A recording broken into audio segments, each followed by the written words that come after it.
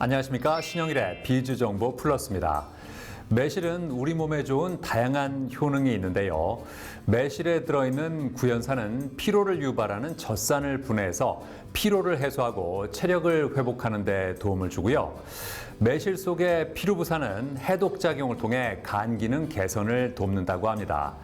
또 칼슘과 철분도 풍부해서 혈관을 튼튼하게 하고 골다공증 예방에도 효과가 있다고 하는데요. 이러한 매실을 고를 때는 색깔이 선명하면서 흠집이 없고 단단한 것이 좋다고 하니까 참고하시기 바랍니다. 그럼 오늘 순서 본격적으로 시작합니다.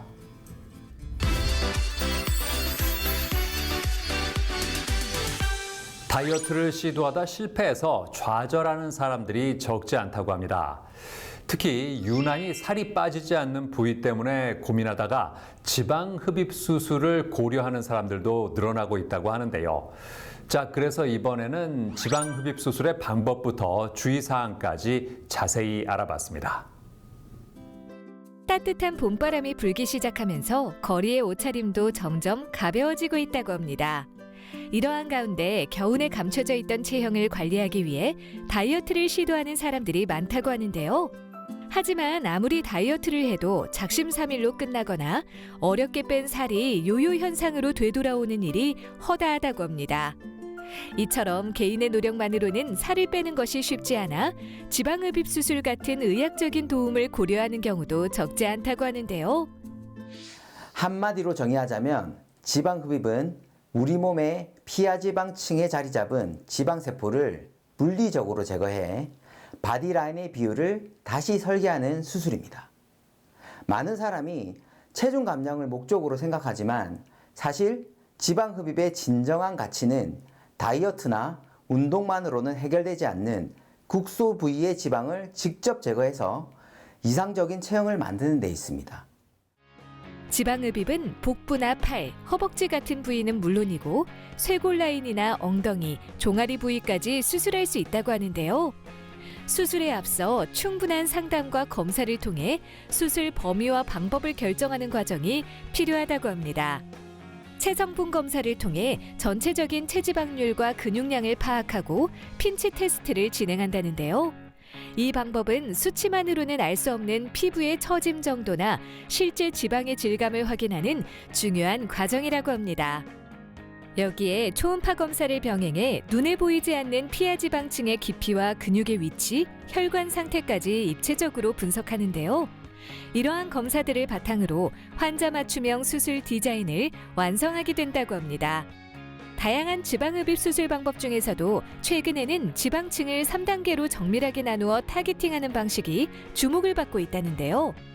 이 방식은 기존 중간층 위주의 흡입 방식에서 발생할 수 있는 울퉁불퉁한 표면이나 부족한 사이즈 변화 문제를 최소화하며 보다 선명하고 매끄러운 바디라인 완성을 기대할 수 있다고 합니다. 의학적으로 발생할 수 있는 부작용으로는 불충분하거나 불균일한 흡입으로 인해 울퉁불퉁해지는 요철 현상과 출혈, 피부 착색, 드물게 발생하는 피부 괴사가 있을 수 있습니다.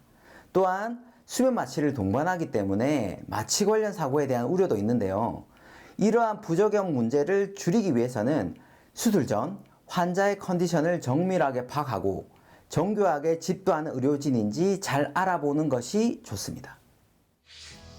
복부나 팔뚝, 허벅지 등 특정 부위에 집중된 살이 빠지지 않아 지방흡입 수술을 고려한다면 지방흡입 수술에 대한 임상 경험이 풍부한 의료진과의 상담을 통해 수술 방법과 부작용을 잘 알아보고 신중하게 수술을 결정하길 바랍니다.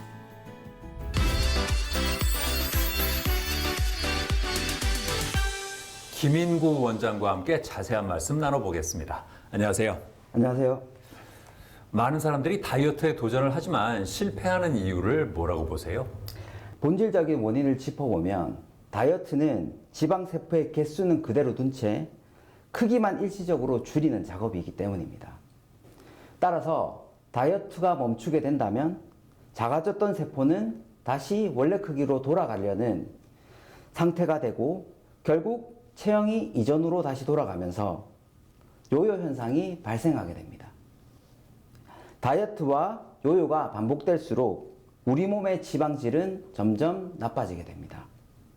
지방층이 단단하게 유착되거나 피부 탄력이 급격히 떨어지기도 하죠. 이렇게 되면 나중에 똑같은 노력을 해도 살이 잘 빠지지 않는 다이어트 내성 상태가 되게 됩니다.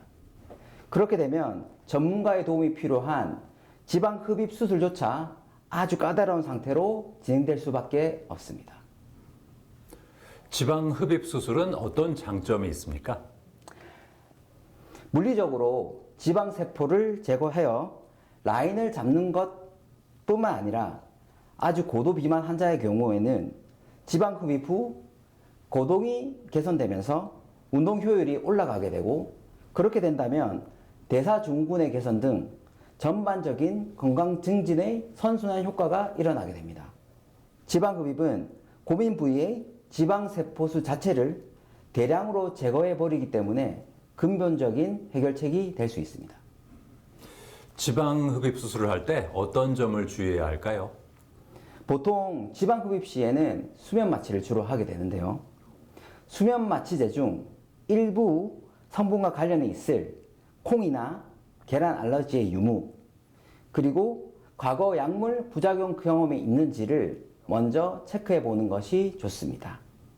또한 고혈압이나 당뇨 같은 만성 질환의 유무라든지 현재 복용 중인 약물이 있는지도 매우 중요한 점검 사항이 되겠습니다. 왜냐하면 이러한 기저질환이 마취나 수술 후 회복 과정에도 영향을 끼칠 수 있기 때문입니다. 네, 오늘 말씀 잘 들었습니다. 감사합니다. 감사합니다.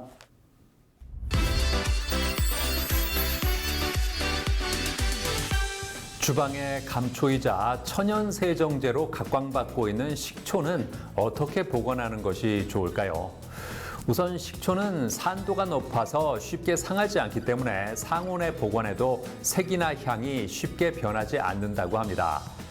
다만 뚜껑을 잘 닫아서 공기와의 접촉을 최소화하고 햇볕이 잘 들지 않는 서늘한 곳에 보관하는 것이 중요한데요. 또 다른 용기에 옮겨 담을 때는 유리병에 담는 것이 좋은데 일부 플라스틱이나 금속 용기는 부식될 우려가 있기 때문이라고 하니까 참고하시기 바랍니다. 저는 다음 시간에도 다양한 소식 가지고 인사드리겠습니다. 고맙습니다.